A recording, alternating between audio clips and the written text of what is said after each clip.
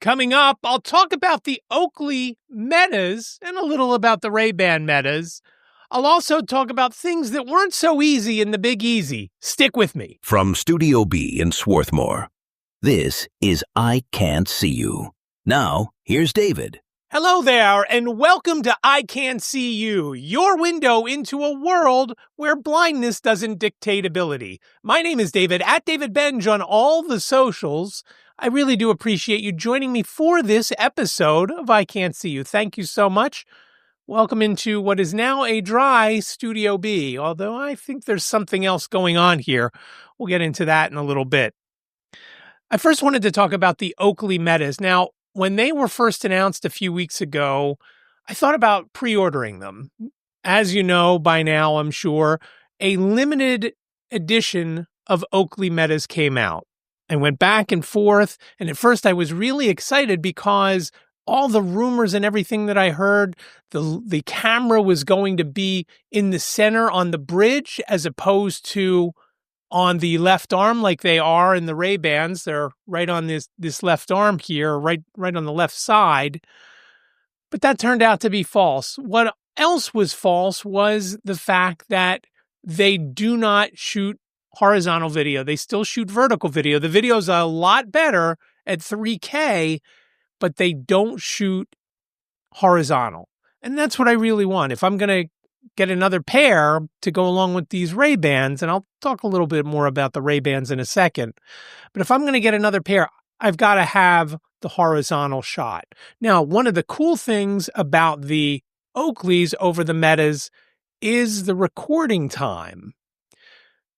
At last check, they were able to record up to 30 minutes. It's 3 minutes on the Ray-Bans. Now, I've heard rumors that they are going to adjust that. I haven't seen that happen yet.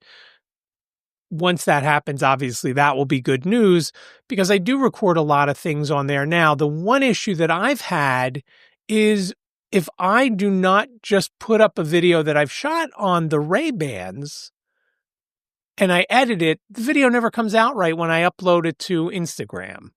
So I'm not quite sure what I'm going to do about that. I've downloaded the Instagram Edits app to see if I can work with that. It's been somewhat accessible, but I haven't played around with it enough to know if that's going to be something that I can use moving forward editing these videos. Now, when I heard about the Oakleys, I got so excited, and a friend of mine ordered them, and he got them the day they came out. He was back and forth. In fact, when he opened them up and he felt what they were, he said, wait, they sent me the wrong things. These feel just like the Ray-Bans. So that was one strike against it for me because, as I've mentioned before, I don't see a lot of things, but what I do see is glare.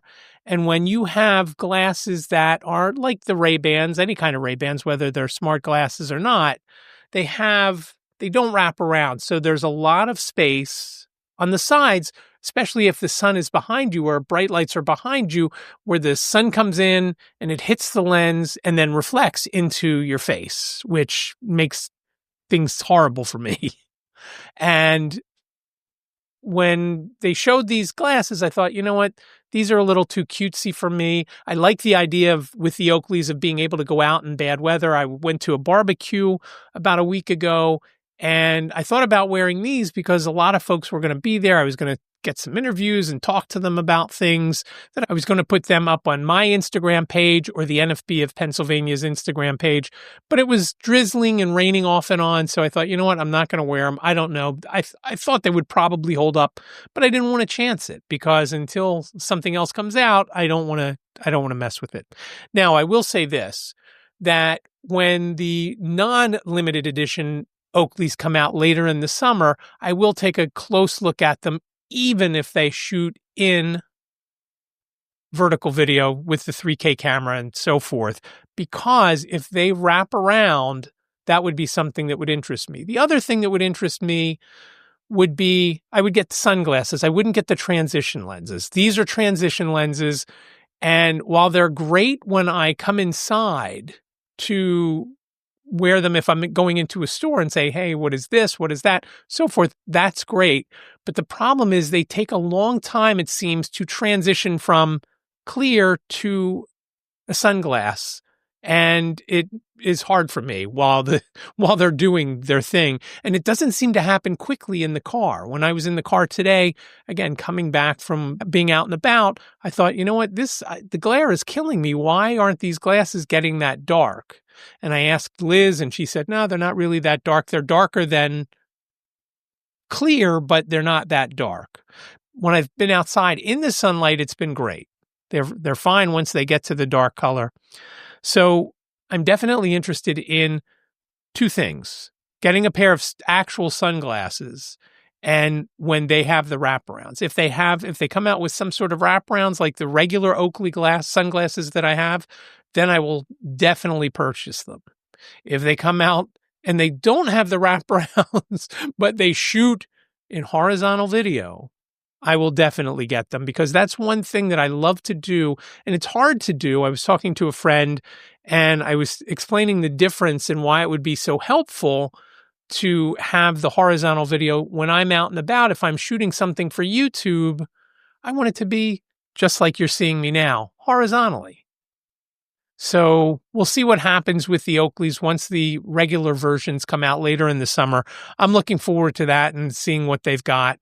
And again, hopefully, I'm really fingers crossed that they are the wraparounds, because I love the Oakley wraparounds that I have now. And I don't remember what model that I have now. Liz and Jane bought them for me for my birthday last year, and they actually got them about 2 months before my birthday. So, so I've had them for quite a while. I've had them for 8 or 9 months at this point. Let me know your take, especially if you got the new Oakleys, and let me know what you think of them. I'm not sure one of my friends is even going to keep them. That's how much he was on the fence. He was hoping for a much longer battery life, and he just didn't see that. Now he's going to give them a good charge and then give them another go. Otherwise, he's going to send them back. So I haven't read too much online. I've seen a couple of people that really love them. A couple of people are and a couple of people that don't like them at all. So we'll see what happens. But I definitely am interested, like I said, when they come out with the new ones, if they're the wraparounds, even shooting just vertical, because I need something more than these if it's a bright sunny day and I'm spending a lot of time outside. I was recently in New Orleans, and it did not start off well, travel-wise. Liz and I went to the airport. I had a bag to check. Liz did not. I was staying a little bit longer, and I had a suit jacket and a whole suit to wear at the National Federation of the Blind National Convention, again, in New Orleans. I get to the airport. Liz uses the kiosk, which, of course, is not accessible, and I get my thing to wrap on my suitcase. We take it over to the lady at the desk. I put the suitcase up on the scale, and she starts to grab it. She said, okay, I just need your boarding pass. And I hand her my phone with my boarding pass pulled up. Great. Okay, now I need your ID. And I reach behind and I touch my back pocket, and my wallet's not there. I thought, oh, brother, what a way to start the trip. We had been traveling maybe 20 minutes because we live 15 minutes from the airport or less.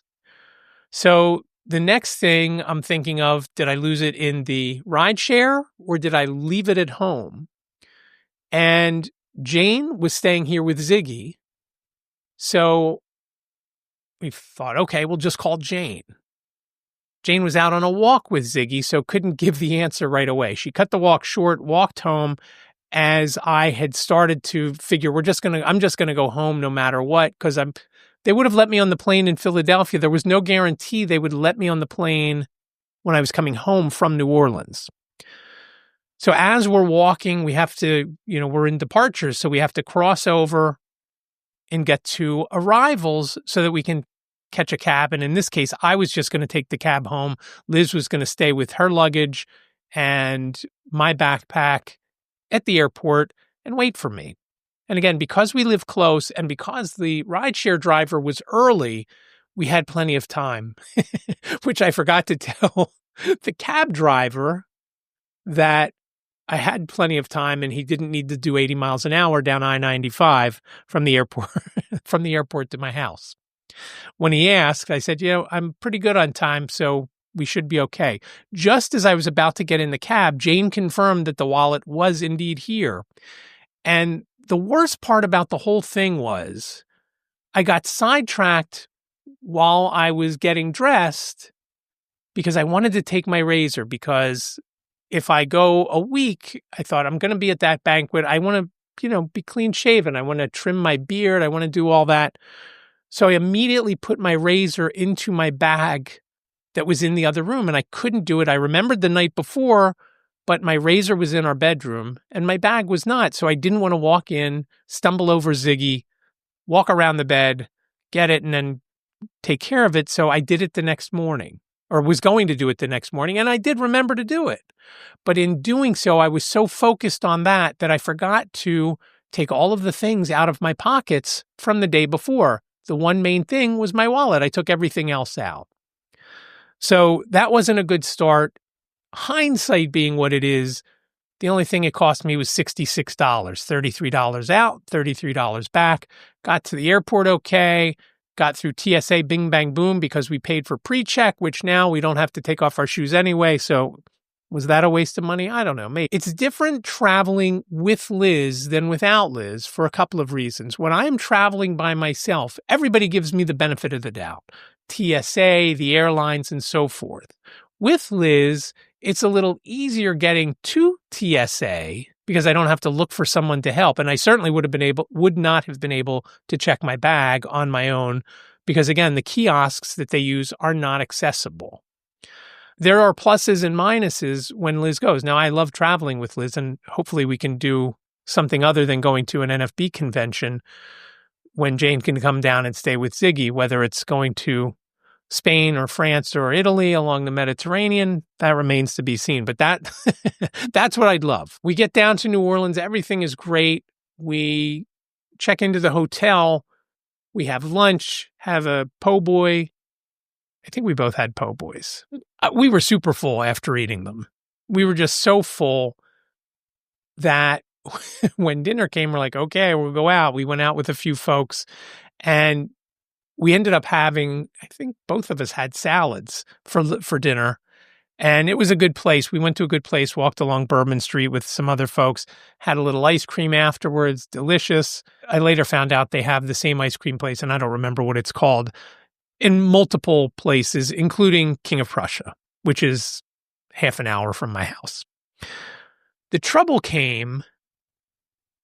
was not travel related. It was all NFB related. And basically anything that could go wrong at the convention for me did. We had trouble getting on the Wi-Fi to sell our chocolate covered pretzels the first day, but we were able to get on. Took us a few minutes, and it took some tech support from the hotel to do it. And this is getting on without having to pay. We knew we could have paid between $40 and $80 to get on each day at the exhibit hall. Because we weren't guests at the Sheraton, we were across the street at the Marriott. We couldn't just log on every day to this Wi-Fi, we were told. The guy told us to try, but he said there were no guarantees. And of course, when he says there's no guarantees, the next day, couldn't do it. Our business dropped by 2/3 of what we did the first day to the second day because we couldn't get on the Wi-Fi, so we couldn't take any credit cards. So what that meant was I went back, missed a few things that I wanted to go to because I had to sit around at the exhibit hall table, or at least be in the exhibit hall with my phone so that we could use my phone as a hotspot. We tried to use Liz's phone as a hotspot. It wouldn't work. Again, hindsight being what it is, we should have made sure that Liz's phone had Square, which is what we use to take credit cards, to be able to log in. We couldn't log in. There was a code that we needed that was on the computer here, which was, of course, not running at the time, that we needed to get. Couldn't do it. Okay, that was one issue. Another issue is my hands. I am in charge of the banquet tickets. Couldn't do the banquet tickets. They stuck together. Again, I just messed them up again. And again, I'm not sure how, but I did. Messed them up. Next year, going to keep a list, everything else. It was just awful. And I was mad at myself more than anything else because I just didn't keep good enough track with listing everybody. And that again fell on me. Again, my fault. Another issue was, and I may have mentioned this previously, The affiliate, the NFB of Pennsylvania, gives financial assistance to folks who will go to all of the things that are required to go to in the convention hall and in the exhibit hall and the banquet and so forth. And the way that's usually done is with gift cards, Visa gift cards or MasterCard gift cards. They are a crapshoot, it seems, when at a restaurant, forget it, I would not use them. And let's add hotels to that too, because we had one of our members was counting on that to cover a chunk of her hotel bill. And the way it was priced, I'm guessing it was about half of the hotel bill, maybe not quite half. We tried to put them on. We tried to put it on. They were $500 gift cards. That's what the affiliate was offering. We tried to put $500 on, didn't work. $250, boom, no problem. The guy at the Marriott says, all right, well, let me try $150. Boom, no problem. So now we got $400 on. Okay, pretty close. Still have $100. Couldn't get the other 100 to come off. Tried the next day.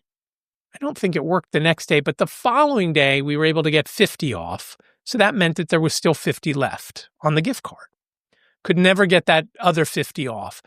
I don't know if it is the Visa gift cards that were by vanilla that we bought at the CVS. I don't know if it was the Marriott's credit card processor. I don't know if it was the Marriott itself. I don't know what it was, but they would not work to cover the 500. That was very frustrating to me. And that was frustrating to me up until the time I walked out of that hotel at the end of the convention, because I knew some of these people needed that money to cover their rooms, and there was nothing I could do about it. I had tried to figure some other ways out, and Liz and I talked about a couple of other ways. We had found out a little too late, but we could put my credit card on. The affiliate doesn't have a credit card. We could put my credit card on and give them a limit. Okay, here's how much I need you to charge from this credit card onto that room. Because if you just put it on there, they could charge the whole thing and order room service and drinks and whatnot at any of the restaurants in the hotel. But there is a form that we found out about, maybe it was less than a week before we were going. So that became an issue. It will not be an issue next year, because that just made things difficult, because people were upset that they didn't know if they were going to be able to cover their hotel bills. They didn't know when it was going to happen. And it just made it frustrating for all of us. And again, probably falls on me for buying those gift cards and not doing a different way. Right near the end, we had talked about going to, there's a Marriott very close to us here next town over in Springfield. We thought about going there and buying gift cards. Now, I later found out when the one person was having difficulty with the gift card, I was going to take that gift card from her, buy a $50 Marriott gift card, which I found out you can buy online very easily, and then put that gift card on the room. It would cover $50 on the room, and it would finish covering her room. And I don't know, most likely we're going to use the forms next year. The problem is, if everybody who goes to the convention isn't staying at the main hotel, we're going to have to get forms for all the different hotels people are staying at, which would make things a hassle. And maybe have to do something differently, like getting the hotel's own gift card, as opposed to doing the Visa gift card and then saying, here's your gift card. It's worth X number of dollars. Put it on your room. Do whatever you want with it. Next year. Traveling back, Liz left on Saturday. I left on Monday. So I flew home, quote unquote, by myself. There were 3 others going from New Orleans to Philadelphia. And every one of them is in the Keystone chapter, which is the chapter that I'm in. So we shared a ride share over. And the funny thing about that is, this guy, once we asked one question, I asked him one question about food down there, and he just started telling us about all these places that we could have gone. And I'm going to get back to the food in a second.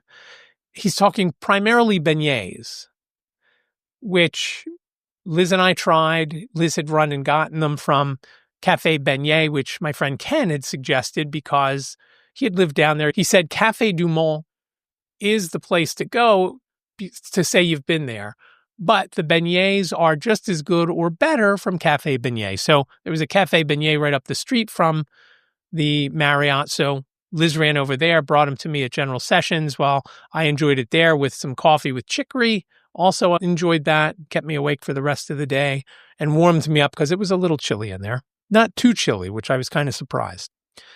And so this rideshare driver is telling us all these places. When we got to the airport, one of the others in my group, Kenny, said to me, he said, boy, that would have been more helpful if he was our driver going in. And I did not ride with Kenny over. He had taken a different flight coming to New Orleans. And it's true. We missed out all of all those things. Now, back to the restaurants. I mentioned that the convention stuff was hard, but we went to many different great restaurants. And that was thanks, again, to my friend Ken, because Ken lived down there, I don't know, 20 to 30 years. So he knew all of the great places. And I think the favorite place that we went was the Acme Oyster House. It was so good. That was the first place I tried the char-grilled oysters. They were awesome from there. I also had jambalaya from there. Liz had a po' boy from there. It was really, really good. And I would definitely recommend going there for the char-grilled oysters. Now, because I like them so much, every other place I went to for the rest of the trip that had them, I got them. And we went to a place called Creole House, and they were pretty good there, not as good as Acme. Went to another place when we had our Keystone Chapter dinner, also good, but not as good as Acme. Now, I did have a great salad from there that had a whole bunch of seafood on it and was lettuce, and it was a warm day, so eating that was great. It was just refreshing and good, and I really liked it. I don't know that I would go back to that restaurant. It was a little 5 or 6 blocks away, so it wasn't as easy to get to as some of the other places that we went. But it was good, and I enjoyed it, except for during dinner, I get a call from Jane. Now, Jane and I speak pretty frequently, more frequently than Liz and Jane and I also text very frequently. She and Liz also text, but Liz is usually busy at school when school is in session, so that's why she texts me, because she knows I'm always around. Even if I'm on a call, I'll get back to her pretty quickly, but she calls, so I knew that there was some issue. We were having a bad rainstorm here, and the pump that we have at the bottom of our basement steps failed.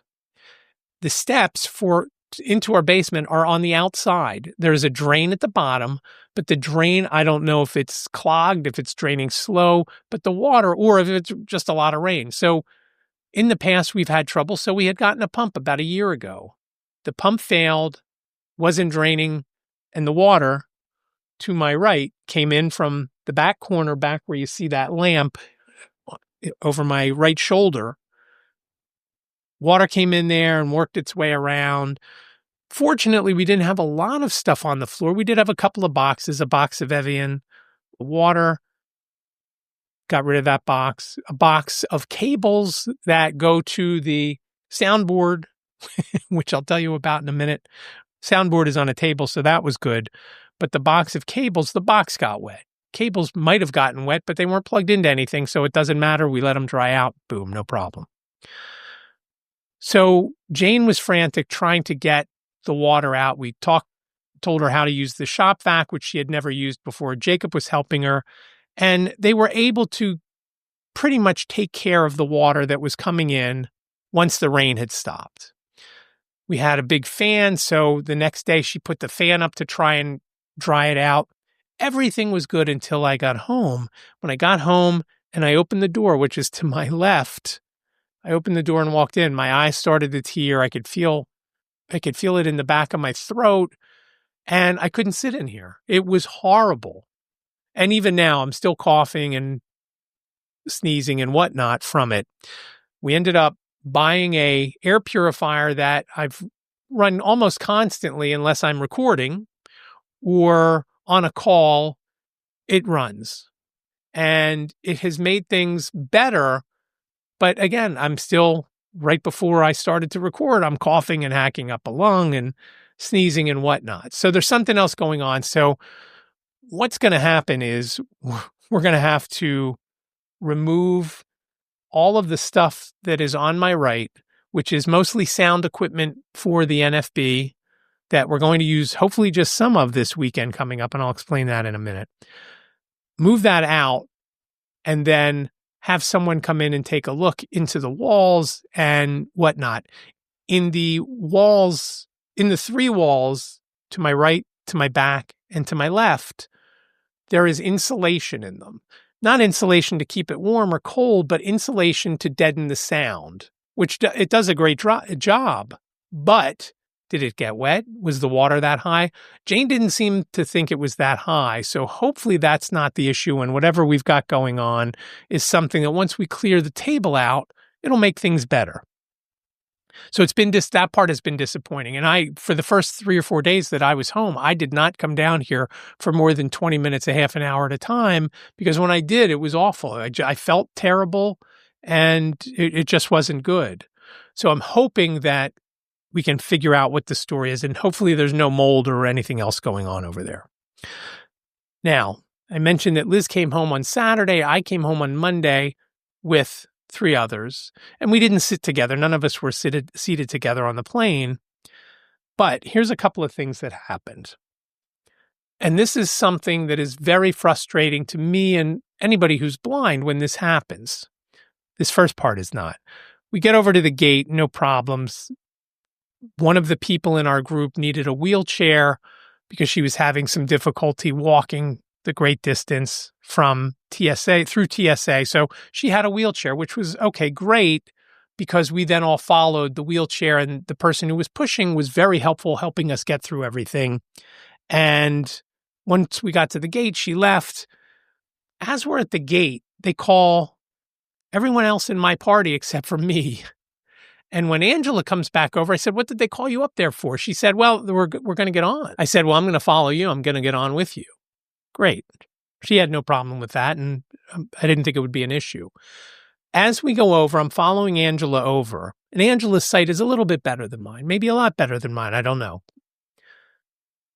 We get to the gate, and the guy asks for the boarding pass. Now, one of the reasons why I love having everything on my phone is it's much easier for me to find. When I checked my bag and we got help checking the bag, there was a person over there assisting us, which was great because I wasn't the only one that needed to check a bag. So when he asks for the boarding pass at the gate, I had 2 tickets. I had 2 paper things in my back pocket. One was a boarding pass. One was a receipt for my luggage that I had checked. Okay. He said, "This is a receipt." I handed to him. "This is a receipt." I said, "All right, well, let me just pull it up on my phone." Pulled it up on my phone. I showed it to him. He hands me back my phone, and I'm putting my phone in my pocket. And instead of handing me the receipt, he hands it to Angela and says, "This is his receipt." Well, why not just hand it to me? And we walk down the jetway. I'm walking with Angela, and I said, "You see what just happened there?" And it is just something, if you are not blind, no one would do that to you. They wouldn't say, here's her thing or his thing. They would just hand it to you. Why he didn't hand it to me, I don't know. So if you are helping a blind person, whether you're giving them a receipt because you work retail and you're handing stuff, don't hand it to the person next to them. If the blind person paid, hand it to the blind person. Say, "All right, I'm going to hand you your receipt, stick your hand out," and so forth and so on. Again, it's just one of those, I don't know if you would call it a microaggression. It's just something that irritates me. So that was the first thing.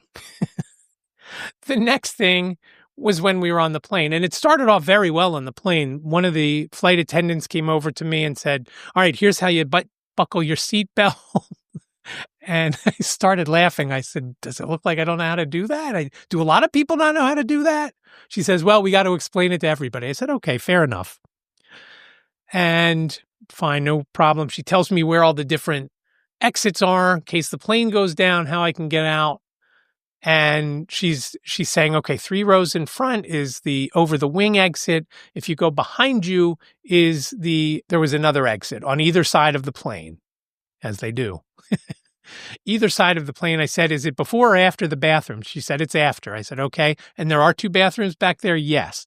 I asked a couple of questions that I had as far as the bathrooms go, and we're done. Great. That was great. Personal. I'm assuming, And I know they did it for Kenny because he was in front of me, but I'm assuming they did it for Angela and Denise as well, who were behind me. I couldn't see or hear if the same lady did it for him. She was very nice, very helpful. And I don't want to make it sound like no one of the flight crew or the gate agent were not friendly. They were very friendly, but it's just something that it's not right. It's not right to do that. Now, the next issue was at some point during the flight, they were coming around with water and tea and coffee and soda and whatnot. And I was freezing. And I was so sorry that I didn't wear my jacket or my hoodie. I had a sport coat or a hoodie that I could have worn. I said, no, it's warm out. I'm not going to wear it. I'll be uncomfortable on the plane. Well, I was uncomfortable on the plane. It was because I was freezing my ass off. They come around and I said, oh, you have hot tea? And she's like, yeah, we do. I'm like, oh, that is great. I'll have one of those. And she pours it, and I have my hand out to take the tea. And I'm waiting for it, and she undoes my tray table, puts it down, puts the tea on the table, and then takes my hand, grabbing my arm, and moves it to the tea. Okay. She could have described where it was. Fine. I'll let that go because it's hot tea, and I didn't want to spill it all over me because we had a third to a half of the flight left. I don't want to, I'm already freezing. Once that hot tea gets cold, I'll be even colder. But then she says to me, as I pick up the cookies that she handed me, oh, do you need help opening those? And again, was it terrible? Do I have problems with my hands and might I've had an issue? Maybe. But the way she asked me, it was like, you don't look like you can do anything. And maybe that's true. But I was a little irritated by that as well. And just to prove her, I opened my cookies and ate them. They were delicious, by the way. After I got home and I told Liz the story, she told me when she was coming home, and it was the same flight, just the couple days difference, she said so many people were using their teeth to open the cookies. I started laughing. I thought that was funny. So again, the lesson here, if you are sighted and you want to help somebody that's blind, ask them what they need help with. Do you need help? Don't pick them up and say, hey, I can open these for you. No, don't do that. And I will ask for help if I need it. And a lot of folks will ask for help if they need it. You just got to ask. The bottom line is, if somebody who is blind or low vision asks for help, then you could give it. But if they don't ask, you don't have to say, well, I'll open these for you. Here, I'll feed them to you, whatever. You don't need to do that. Someone, if they need help, will ask. If you ask them and they say, no, don't do it anyway, we are capable of other things. We just can't see. And that is the bottom line for most of the things that went on there. We landed in Philadelphia. The lady, as we're landing, just wait here. Someone's going to come for you. And I'm looking up front and I don't see, Kenny was a couple rows in front of me. Again, I don't really see well, but it didn't look like anybody was in that row. And I said, you know what? I'm going to get off because Angela was in the aisle. I said, oh, are you getting off? You're not waiting? She's like, no, I'm not waiting for that. I'm going to get off. I said, oh, yeah, me too. And we got off, and just like we walked on the plane together in New Orleans, we walked off the plane together in Philadelphia. And I said goodbye to her, and I zoomed ahead and started following someone, which makes things great for me, especially if somebody's walking at a good pace. I'm walking through the concourse. This person is walking. Well, I was thinking about a few things, and as I'm walking, I'm like, wait a minute, this lady turned off. I have to go straight. I had to backtrack maybe about 10 paces because I was so fixated on listening to her shoes that I forgot to go straight when she turned to the left and headed to one of the other concourses. So I backtracked, I walked down, I went down, and I surprisingly had no trouble getting my bag, which I was shocked at. I saw this blue bag come down. I thought it was blue. Wasn't sure it was mine. I'm thinking, it looks kind of like the right size. The thing that I look for, I have a bright, sparkly pink luggage tag on there to catch my eye because it glitters. It just shines like you wouldn't believe. And when that gets tucked under, I can't see it. So I reached for the handle and I pulled it up and I'm like, yep, that's it. Grabbed it. Went outside, and took a taxi from the airport back home. Bing, bang, boom, no problem. And again, home in 10 to 15 minutes. It is so nice where we live, how quickly we can get to and from the airport. So traveling is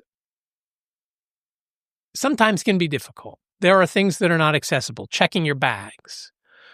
But what makes it worse is when you have somebody that doesn't know how to help us. They assume that you need all sorts of help. And when the lady had asked our group if somebody needs a wheelchair, I initially said, no, we just can't see. We can walk. And then one of the people in our party said, well, I need a wheelchair. I think that's going to be too far for me to walk. I know that folks want to be helpful, but you don't have to be helpful to the point where you think that the blind person can't do things. Now, I didn't put the Ray-Ban Metas on because, as what happened today, sometimes it creates a lag when you're trying to use the phone. Dictating is just a crapshoot. Sometimes it gets it spot on perfect. Other times it is so off it's not even funny. So I didn't wear them home. I figured I'm not going to use those. And if I need to find something like the baggage claim belt 15, I just pulled my phone out and looked and listened. And that worked out okay. So I'm looking forward to doing more traveling, as I always am. But it's never going to happen with Liz unless Jane could come down and watch Ziggy. So if I'm going anywhere, it's going to be NFB related or blindness related. And that's how it's going to have to be for the foreseeable future, it seems. In the meantime, Jacob moved out the day before I got home, so we are officially empty nesters, which is great. We've been waiting for this day for quite a while. Liz got a cake because she didn't get one for her birthday. She said, I'm going to get a cake when we're empty nesters, and that's when we're going to have a cake, which we did. Delicious from Sophisticakes over in Drexel Hill. So good, you wouldn't believe it. Now, one other thing I wanted to mention before we go. The National Federation of the Blind of Pennsylvania is, again, doing the raffle tickets for the scholarship program. The tickets are $5 each. They come with a 3-digit number on them. That 3-digit number is drawn every night at 7 p.m. in Pennsylvania, and these tickets run from the 1st of October through the 31st. It's not associated with any lottery, but the numbers are always the same as the nighttime drawing at around 7 p.m. I believe in Philadelphia it's on Fox. Philadelphia, not Fox News. Fox Philadelphia, I believe, is where you can watch the numbers or just find them in any millions of places after that. $5 gets you one ticket with a 3-digit number. Let's just say it's 123. If 123 comes out anytime in the evening in October from the 1st to the 31st, you win.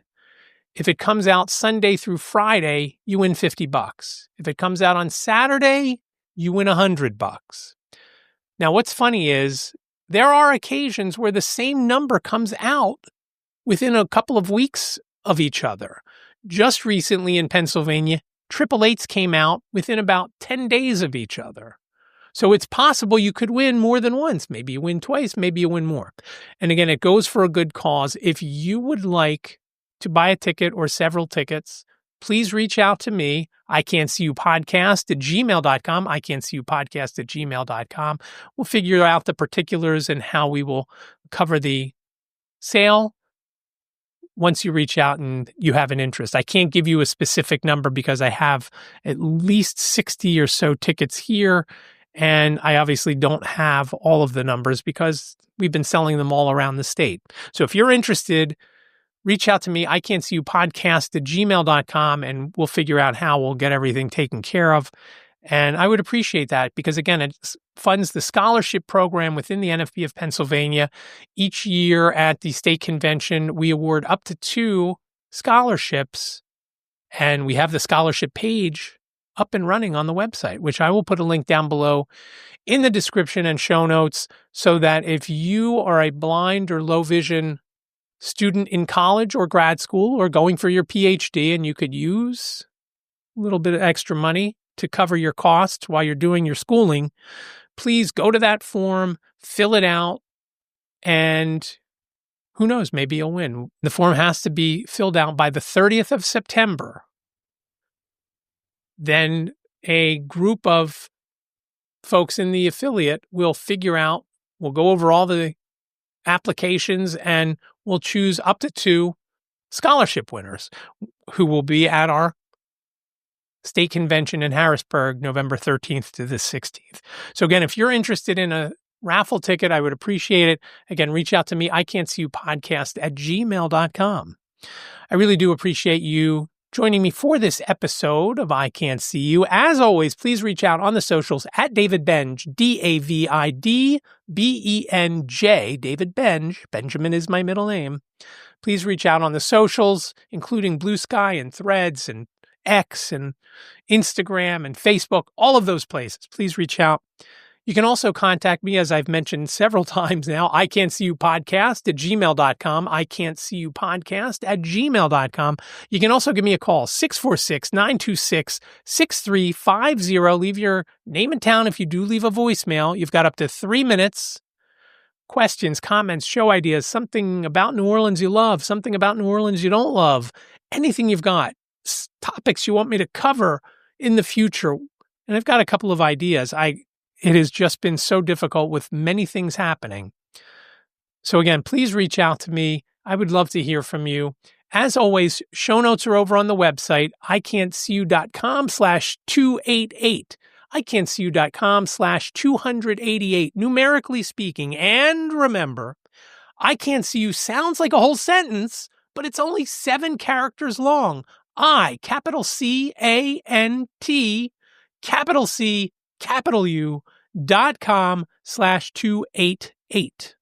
Thank you so much for joining me for this episode. I really do appreciate it.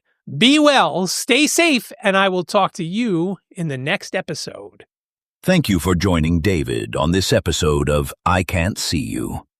Please subscribe on your favorite platform.